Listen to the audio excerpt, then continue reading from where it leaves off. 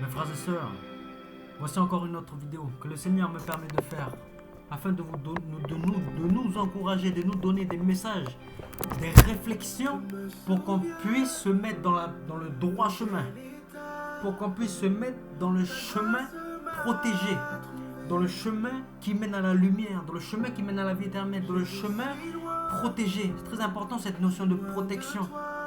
Mes frères et sœurs, vous savez la création, c'est-à-dire les arbres, la nature, la mer, le soleil, les étoiles, la lune, les animaux, la faune, la flore. La création, la Bible dit que la création, c'est la preuve, c'est la première preuve que nous avons de l'existence de Dieu. Quand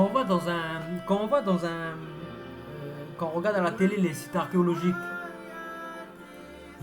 ceux qui font les sites archéologiques, ils vont et ils trouvent des vestiges, ils trouvent des choses qui ont été construites, ils trouvent une création. Et est-ce que vous pensez que quand les archéologues ils arrivent dans les sites archéologiques, quand ils trouvent des poteries, quand ils trouvent des monuments, des statues, est-ce que vous croyez qu'ils vont dire ah ben cette création là c'est le hasard, c'est le hasard qui a fait la création, il n'y a personne qui a créé ça, c'est le hasard. Mais bien sûr que non, mes frères et sœurs. L'archéologue, comme il arrive, comme il voit une statue, comme il voit une poterie, il se dit il y a eu une civilisation qui a créé ça. Il y a eu un peuple. Mes frères et sœurs, c'est la même chose pour la création. Quand on voit qu'il y a la mer, quand on voit qu'il y a les poissons, quand on voit qu'il y a le soleil, quand on voit qu'il y a la lune, quand on voit qu'il y a les animaux, quand on voit qu'il y a tous les oiseaux, les poissons, les animaux, les êtres humains, quand on voit ça, mes frères et sœurs, est-ce que nous allons être assez fous, j'utilise bien le terme fou, assez insolents pour nous dire c'est le hasard, waouh, mais le hasard, il nous a formés, waouh, le hasard. Vous pensez on peut encore avoir ce genre de discours-là, que c'est le hasard qui a créé tout ça? Vous pensez qu'on peut encore adhérer à des théories du genre c'est l'évolution, la théorie de l'évolution? Est-ce qu'on peut raisonnablement, faut arrêter d'écouter les gens, d'écouter, même moi, arrêtez de m'écouter, prenez du recul, asseyez-vous, réfléchissez avec Dieu nous a donné un cerveau très intelligent, le plus intelligent du royaume, de toute la terre. C'est l'être humain qui a ce cerveau-là. Il nous a donné la capacité de réfléchir. Quand on voit la nature, mes frères et sœurs, c'est la preuve même que Dieu est là, qu'il y a un créateur, mes frères et sœurs. La Bible dit que ceux qui rejettent qu'il y a un Dieu, ceux qui disent ils voient la création, ils voient la mer, bon ouais, mais il n'y a personne, il n'y a pas de créateur, il n'y a personne. C'est ces personnes-là, la Bible dit que Dieu, il les laisse errer dans leur fausse pensée.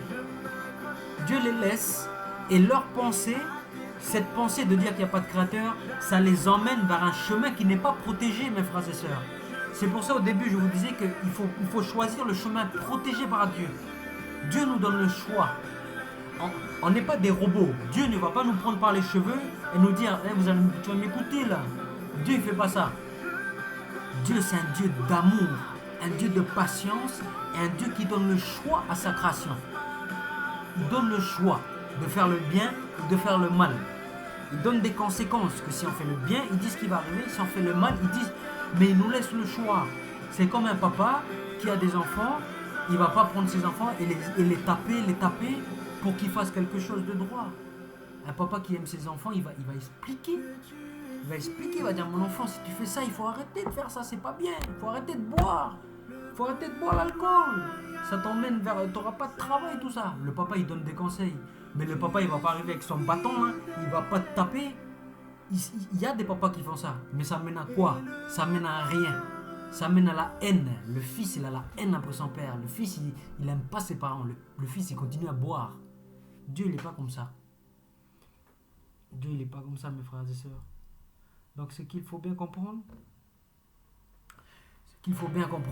c'est que Dieu nous donne le choix. Dans son amour parfait, il nous donne le choix de choisir entre le bon chemin et le chemin qui mène à la perdition. Il n'y a pas de... Vous savez, il ne faut pas qu'on se dise qu'il y a un chemin droit et il y a plein d'autres chemins et il y en a un qui est un peu droit. Non, il n'y a que deux chemins en réalité. Il y a le chemin de Dieu et il y a le chemin autre que Dieu, c'est le chemin qui mène à la perdition. Le chemin de Dieu, c'est croire que Dieu existe. Déjà, c'est une première chose. Croire qu'on voit la création, on se dit, mais il y a quelque chose là. Il y a quelque chose qui nous dépasse. On aime bien regarder la mer, on aime bien écouter la mer, on aime bien regarder la nature, on se sent bien. Dieu, il a créé toutes ces choses pour nous, les êtres humains. Il y a quelque chose au-delà. C'est pas le fruit du hasard. Est-ce que vous pensez vraiment qu'on descende des poissons? Sérieusement. Juste sérieusement. On va arrêter d'écouter les historiens. On va juste arrêter. Avec notre intelligence qu'on a là. Il n'y a personne qui est bête. Il n'y a personne qui est bête. C'est même celui qui n'a pas fait l'école. Il n'y a personne qui est bête. Avec notre intelligence là. Est-ce que vous prenez un poisson? Si vous allez à la pêche, prenez un poisson. Et regardez-vous votre tête avec la tête du poisson dans le miroir. Est-ce que vous pensez que le poisson là, c'est ton cousin, ton cousin d'avant là, on descend du poisson là. Mes frères et sœurs, il faut réfléchir. Il faut arrêter d'insulter Dieu.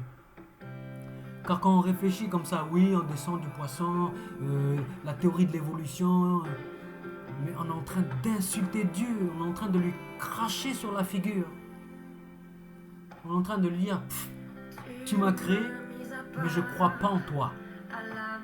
T'es du caca. C'est ce qu'on est en train c'est ce qu'on est en train réellement de faire. Ceux qui rejettent un créateur. Et vous pensez après, qu'il va faire quelque chose pour vous.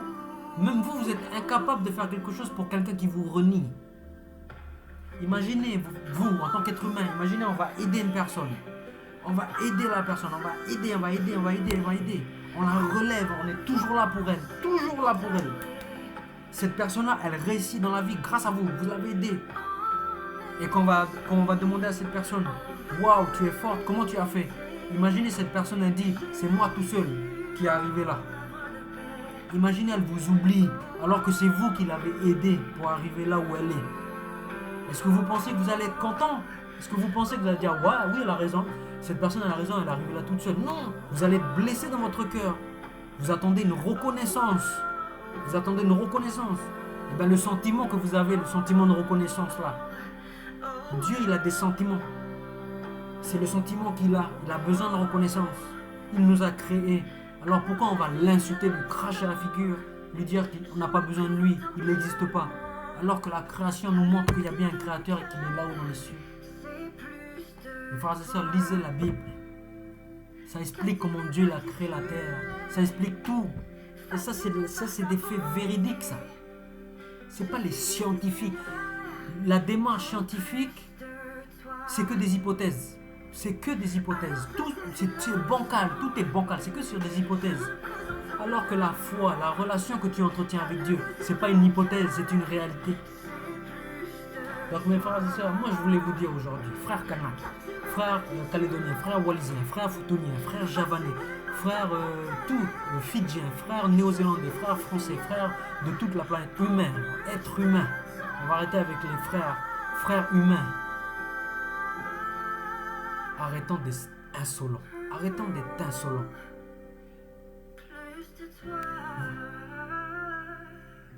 Vous vous rendez compte d'une chose, mes frères et sœurs? Malgré notre insolence, malgré tout ça, notre Créateur là-haut, il est patient. Parce que celui qui t'a créé là-haut, celui que tu renies aujourd'hui, celui que tu dis qu'il n'y a pas, il n'existe pas. En fait, tu te reposes. Celui qui dit ça, il se repose sur ses forces, il se repose sur son intelligence. Mais ce qu'il faut comprendre, c'est que c'est Dieu là-haut qui te donne l'intelligence, c'est Dieu qui te donne la force. Du jour au lendemain, tu peux, accident de travail, et tu peux disparaître de cette vie-là. Et elle sera où ta force? Elle sera où ton intelligence? Elle sera où ta fierté? Dans le vent.